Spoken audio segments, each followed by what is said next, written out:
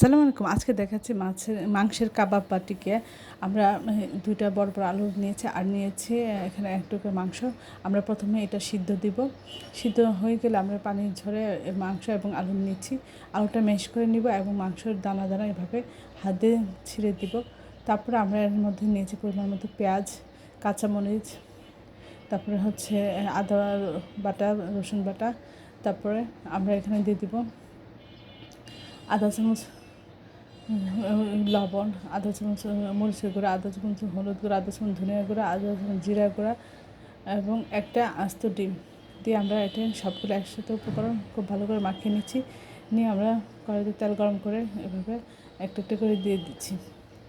আমরা একটু ডুবো তেলে ভেজে নিব। এক পাশ হয়ে গেলে আমরা উল্টো অপর পাশে ভেজে নিব। এখানে যেহেতু ডিম দেওয়া আছে এই জন্য তেলে একটু বাবুল আসবে, ভয় পাওয়ার কিছু কারণ নয়। আস্তে আস্তে আলতোভাবে সাবধানে কাজ করতে হবে।